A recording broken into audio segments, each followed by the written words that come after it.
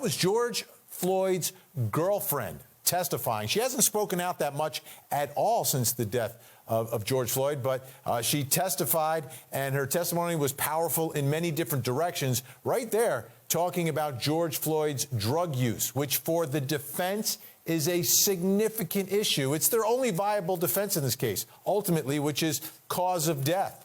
Trying to prove to this jury that there's a reasonable doubt that the cause of death was Derek Chauvin's knee. One place they're going to go is fentanyl, methamphetamine, drug use by George Floyd. And, of course, they'll rely on part of that testimony that was established today.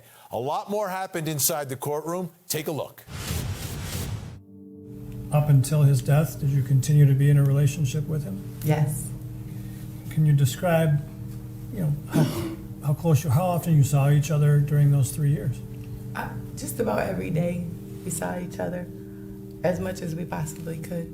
Were there times when you weren't as close as other times? We had, sometimes just like all couples, we argued sometimes and, might have taken a break. In May of 2020, do you recall the last time you spoke with him? Yes. Do you recall when that was in relation to his death? It was the day before he died. And how did you talk to him? By phone? Okay. And did you know, what he was going to be doing that night or where he was going to be staying? That night I knew he said he was going to be staying at Sylvia's. Did you know who Sylvia was? Yes, she's a friend of ours. What did you see when you arrived on scene? As we were pulling up to the scene, I saw multiple officers on the side of the road with our patient lying on the ground next to a squad car. So, as you were pulling up, was that the position that you observed them in, meaning the officers on top of the patient next to the squad car? Yes. Could you tell at that point, as you were approaching, what the situation was, or what the condition of the patient was at that moment?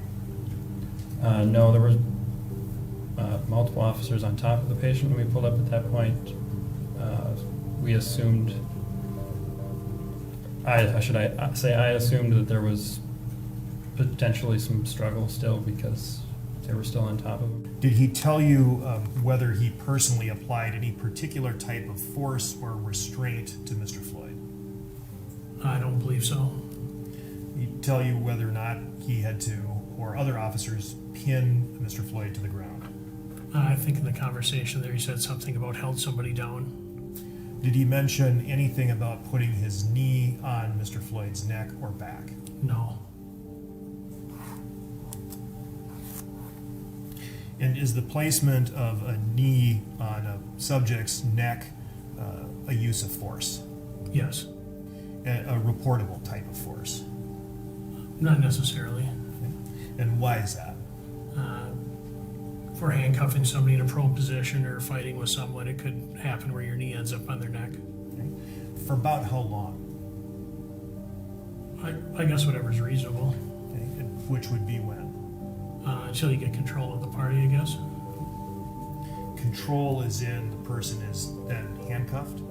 Handcuffed and not continuing to fight with you anymore. So once the subject is handcuffed and no longer resisting? Yes. At that point, the restraint should stop. Yeah. At some point when you learned that Mr. Floyd had died, the use of force review was no longer reviewed by you, correct? Correct. Someone died, and I believe even per policy, if someone was a use of force occurred while someone was in handcuffs, that policy required you to reach out to your superiors, right? That's correct. And if Mr. Floyd had not died, you would have not conducted a use of force review, correct? Correct. You would have left it to the higher ups, the people up the chain of command. Right, since he sustained an injury in handcuffs. Right. And Likewise, when a suspect dies in police custody, you don't do a use of force review. Right. And you did not do a use of force review in this case, did you? No. So it looks like the defense is pushing hard the drug use and the fact that he was intoxicated under the influence as a defense mechanism for Chauvin. And it looks like the prosecution is pushing for elongated use of force. See, because the other police officers had let go of Floyd. The only one that it was still applying their knee to his neck was Chauvin. Use of force is to be used only until they can contain a suspect, which Floyd was contained. He was contained just by the three holding him down from his body. He wasn't resisting. He was just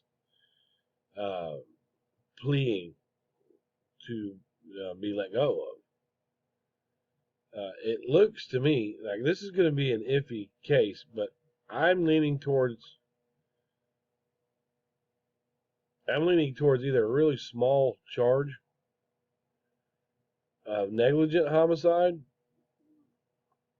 or a complete acquittal, which the public, that's not going to be acceptable to 80% of the public. I think one of the reasons that Chauvin didn't pull his knee off of his neck is because the public was saying, let him go, let him go. And he let his ego get in the way. Like, you don't tell me what to do. I'm a police officer. Floyd was contained. He was no longer a risk. He was cuffed. He was down, and he had officers around him. I'm leaning towards an unjustified acquittal on this as I see this go.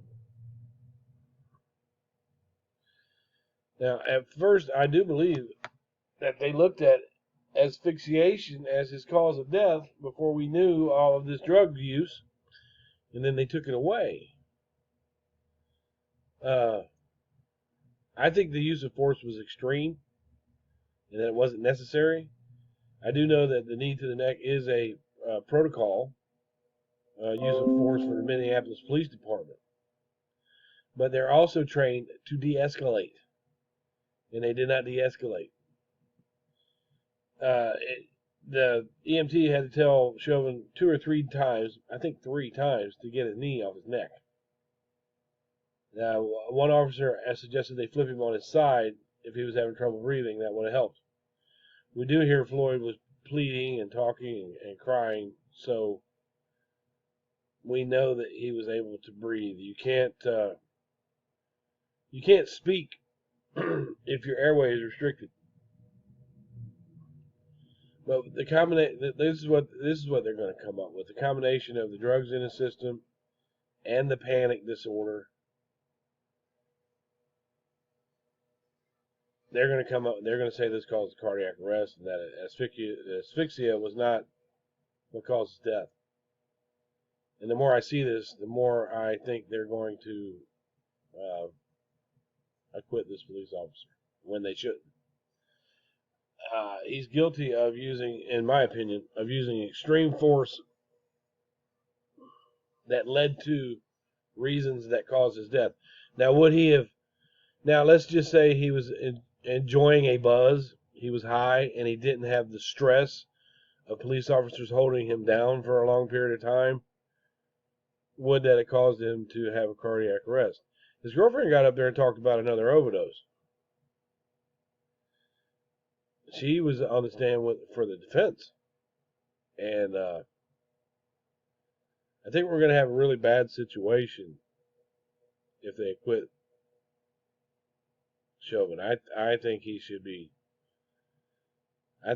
guilty of extreme use of force that led to circumstances that caused the death of George Floyd.